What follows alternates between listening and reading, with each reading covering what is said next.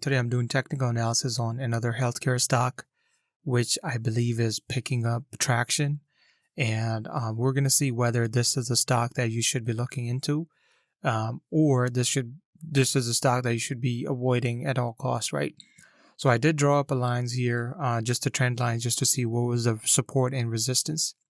So on yesterday, the support was at $2.55, and your resistance was at around $2 and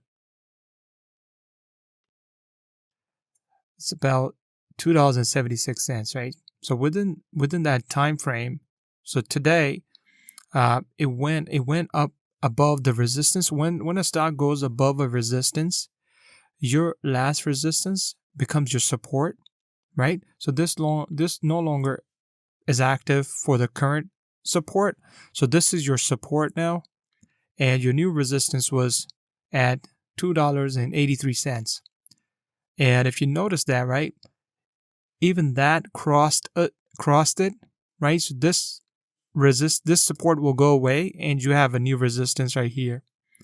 Now the stock is fluctuating between the resistance and the support that we established just now.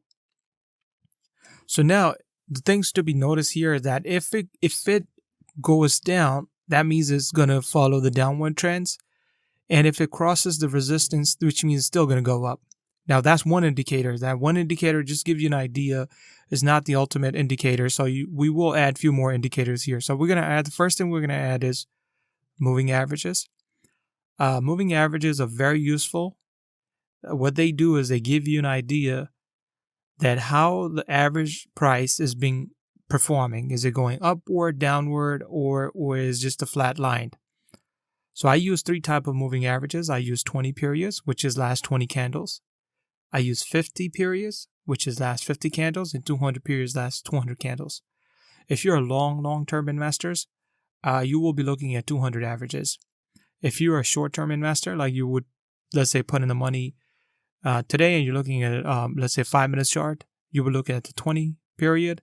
And if you're sort of like a weekly investor, I would suggest that you look at a 50 period moving average, just to see how it's performing. From looking at the moving averages, the stock seems to be going up as well. So which sort of holds true what we saw here, right? That's the moving averages. Now, what other thing we would add is the moving averages indicator, which is a MACD, which is moving average conversion and diversion. This is very useful because if you're trying to, this will tell you your entry point. If let's say you want to get into the stock, and when this signal line, when your MACD, which is your brown line, crosses a signal line and it's going downwards, you let it fall, okay? You let it go how further it could go down. When it starts picking back up and it is back at the cross here, like the cross line right here, right?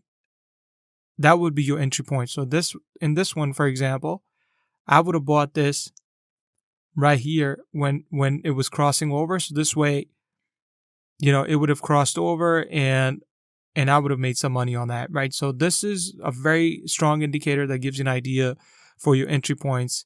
And also the other one that gives you a good idea on the entry points is the RSI, which is a relative strength indicator.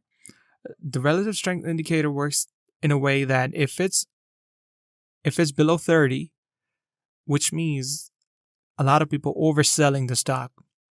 If it's over 70, which means a lot of people overbuying the stock. And we can sort of see that if you were to, for example, let me zoom out a little bit and we will definitely see it somewhere. So let's say here, for example, it's not really below 30. However, it's still 39. But you see there's a lot of selling went on during this period. If I could find one where, it's above 70, right? So you see this, right? It was above 70, even though you see a red candle, but the price shot up to almost $3, right? And then there was a lot of selling went on, and then it went down, okay?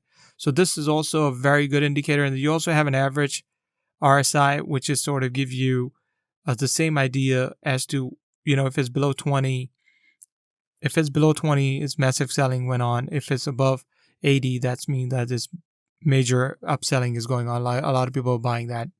So looking at this, I think the stock itself is looking good. It's still sort of moving upwards. So the other thing that I tend to look at is the institutional bankings. What are they holding on to on this stock? So institutional banking owns 33% of the stock, and they actually total number of shares they hold is 109 million. And so yeah, I mean this is a good indicator that this is definitely this stock has a market cap of, I believe, let me quickly check here. I think the market cap for this stock is, let me see if I can filter this out. It's like 1.3 billion, and on an average, it's doing about 7 million volume in terms of the volume. So it's a good stock. It's being traded heavily on daily basis. And looking at the moving averages and the trend line, it looks like this stock is definitely moving upward. So just wanted to make this quick video. If you found anything informative here, please do subscribe to the channel, as I will be making more videos like this, and I'll be finding more stocks that we all could benefit from. So stay tuned. Thank you so much, and talk to you guys later.